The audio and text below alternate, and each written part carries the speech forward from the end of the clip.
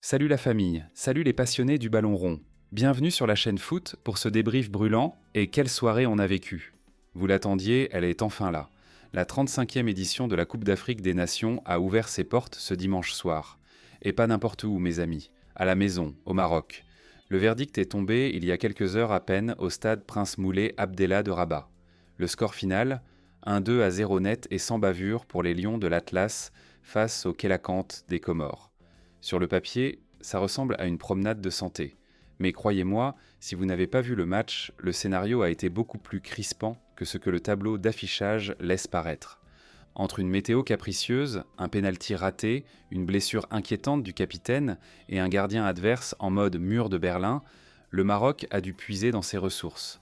Mais au bout du suspense, la délivrance est venue d'un plat du pied soyeux de Brahim Diaz et, tenez-vous bien, d'un retourné acrobatique sensationnel d'Ayoub El Kaabi. Aujourd'hui, on analyse tout. La tactique, les tops, les flops et surtout cette ambiance de folie malgré la pluie. Installez-vous confortablement, prenez un thé à la menthe, on revit ensemble ce match d'ouverture palpitant. C'est parti. Avant de parler du jeu, il faut qu'on parle du contexte. Jouer une CAN, c'est dur. Mais jouer ça, CAN à domicile, c'est une pression monumentale. Ce dimanche soir, Rabat était en ébullition. Imaginez un peu, 60 000 supporters, vêtus de rouge, massés dans les gradins du stade Prince Moulay Abdellah. L'ambiance était électrique, mais la météo, elle, a décidé de jouer les troubles fêtes. C'est sous des trombes d'eau que le coup d'envoi a été donné. Une pluie battante qui a rendu la pelouse glissante et le ballon fuyant, ajoutant une couche de difficulté technique pour les 22 acteurs. Mais avant que la bataille ne commence, il y a eu ce moment de frisson. L'enfant du pays, la star mondiale, Achraf Hakimi, était présent. Pas sur le terrain, malheureusement, mais pour une raison très spéciale. Il a présenté son ballon d'or africain au public. Une ovation monstre. C'était l'image forte de l'avant-match. Voir Hakimi, trophée en main, haranguer la foule, ça a donné le ton. Même sans jouer, il a transmis cette énergie de vainqueur à ses coéquipiers. Cependant, son absence sur le terrain s'est faite sentir, on y reviendra. Les Marocains voulaient terminer cette soirée rouge de bonheur, comme leur maillot. Spoiler alerte, ils l'ont fait, mais ils ont joué avec nos nerfs pendant près d'une heure. Le match commence, et très vite, on sent que le Maroc veut mordre. On se dit que ça va être une formalité. Et à la 11e minute, tout semble s'aligner. Brahim Diaz, le Madrilène, fait parler sa classe et obtient un pénalty indiscutable. Là, on se dit... C'est bon, 1-0, on déroule. Soufiane Rahimi s'avance. Le stade retient son souffle. Rahimi tire, et c'est repoussé. C'est le premier tournant du match. Yannick Pandor, le gardien des Comores dont on va beaucoup parler aujourd'hui, sort le grand jeu. Il repousse la tentative du genou gauche. Un arrêt réflexe, un arrêt de classe. À ce moment-là, on a tous eu un flashback des vieux démons, non ? Ce genre de match où tu domines, mais où rien ne rentre. Et comme un malheur n'arrive jamais seul, quelques minutes plus tard, coup de tonnerre. Romain Saïs, le capitaine, le roc défensif, reste au sol. On joue à peine le quart d'heure de jeu et le Maroc perd son leader de vestiaire, son défenseur axial gauche. Blessure, sortie prématurée. Là, honnêtement, en tant que supporter, tu commences à transpirer. Pas à cause de la chaleur, mais à cause de l'angoisse. L'entrée dans la compétition tourne au cauchemar. On a une possession stérile, un pénalty raté, un capitaine blessé. Les ingrédients du match piège étaient tout réunis. Parlons un peu football pur. Pourquoi le Maroc a-t-il autant galéré en première mi-temps ? Il faut donner du crédit à l'adversaire. Les Comores ne sont pas venus faire du tourisme à Rabat. Leur sélectionneur, Zaïdou Youssouf, l'ancien bordelais et stéphanois pour les connaisseurs de Ligue 1, avait un plan clair. Un schéma tactique en 5-4-1, une ligne de 5 derrière, 4 au milieu, et on ferme la boutique. C'était un véritable mur de briques posé devant la surface de réparation. Regardez cette statistique affolante de la première mi-temps. 79,3% de possession de balles pour le Maroc. C'est énorme. C'est digne du Manchester City de Guardiola. Mais attention, il y a la bonne possession et la mauvaise possession. Et durant ces 45 premières minutes, c'était une domination stérile. Les lions tournaient autour de la surface, cherchaient la faille, mais se heurtaient systématiquement à une forêt de jambes. Les Comores géraient méthodiquement la pression. Ils s'époumonaient à défendre, coulissaient parfaitement.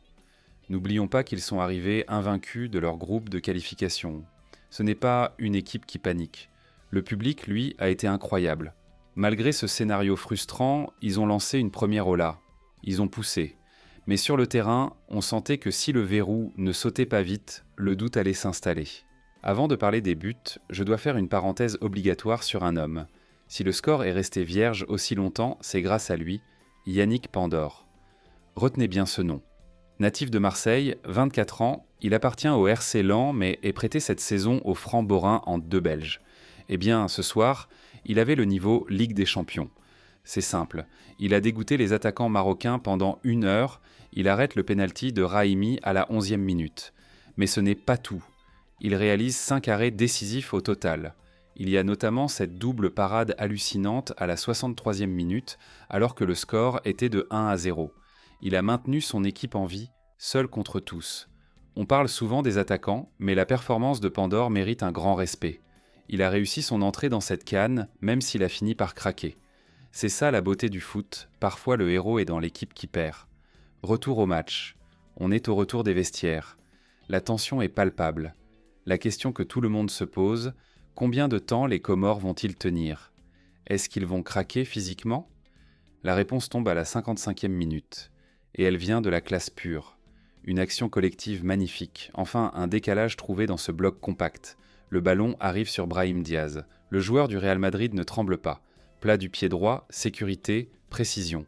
Boum, filet, 1-0, le stade explose. C'est plus que de la joie, c'est du soulagement. On a littéralement ouvert la boîte de Pandore, sans mauvais jeu de mots avec le gardien. Ce but a libéré les esprits. Mais, attention, c'est souvent quand on marque qu'on est le plus vulnérable. Et le Maroc a failli payer cher un coupable relâchement. À la 59e minute, à peine 4 minutes après l'ouverture du score, frayeur absolue, Rafiki Saïd fausse compagnie à la défense marocaine. Il part seul. On voit déjà l'égalisation, mais c'était sans compter sur San Yassine. Yassine Bounou, impérial, repousse le tir. C'était le tournant du match. Si les Comores marquent là-dessus, le match devient un enfer psychologique. Bounou a fait l'arrêt qu'il fallait, au moment où il le fallait. Les Comores ont laissé passer leur chance unique. Le Maroc mène 1-0, mais ce n'est pas suffisant pour être à l'abri.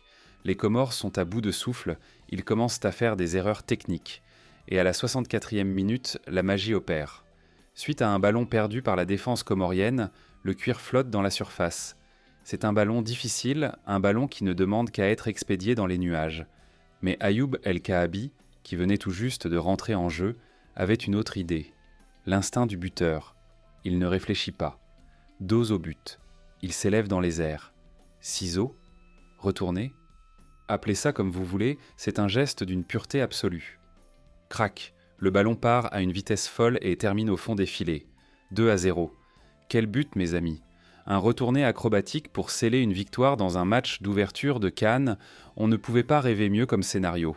C'est le genre de but qui tourne en boucle sur les réseaux sociaux. El Kaabi a tué le suspense avec panache. C'est là qu'on voit la profondeur de banc du Maroc. Les remplaçants font la différence. C'est la marque des grandes équipes. Alors, est-ce que tout était parfait ? Non. On doit rester lucide pour la suite de la compétition. Si le Maroc veut aller au bout, il y a un secteur de jeu à revoir d'urgence. Les coups de pied arrêtés. Le fait du match, au-delà des buts, c'est ce manque de précision criant sur les phases statiques. On a parlé du pénalty raté par Raimi, mais ce n'est pas tout. Azzedine Ounahi, habituellement si fin techniquement, a tiré un coup franc directement dans la tête d'un défenseur comorien à la 29e minute. Un mini-corner gâché. Et que dire de Naïef Aguerd ? Le Marseillais a expédié un ballon dans les nuages, ou pour crever un nuage noir, comme on dit, sur une autre opportunité à la 38e. Dans des matchs fermés, les coups de pied arrêtés sont souvent la clé. Contre des équipes plus huppées comme le Sénégal, l'Égypte ou le Nigeria, on ne pourra pas se permettre de gaspiller autant d'occasions franches sur phase arrêtée. Les 2 buts sont venus du jeu et c'est très bien, mais l'arme coup de pied arrêté doit être affûtée pour la suite. En résumé, que retient-on de cette soirée ? La victoire est là, 2-0, 3 points, clean sheet. C'est l'essentiel pour un début de tournoi. Le mental, l'équipe n'a pas paniqué après le pénalty raté et la blessure du capitaine.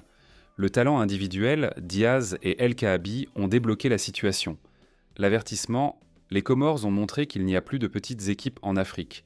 Il a fallu 1 heure pour faire sauter le verrou. Le Maroc réussit ses débuts, c'était long à se dessiner, c'était dur, c'était humide, mais c'est fait. Bravo aussi aux Comores qui ont été héroïques défensivement et qui méritent d'être salués pour leur courage. Voilà les amis pour ce débrief. Maintenant, je veux connaître votre avis dans les commentaires. Que pensez de la prestation des Lions de l'Atlas? Est-ce que le manque d'efficacité sur coup de pied arrêté vous inquiète? Et quelle note sur 10 donnez-vous au but d'El Kaabi? N'oubliez pas de liker la vidéo si vous avez apprécié ce résumé, ça aide énormément la chaîne. Abonnez-vous et activez la cloche pour ne rien rater de cette CAN qui s'annonce légendaire. On se retrouve très vite pour le prochain match. D'ici là, prenez soin de vous et vive le foot. Ciao!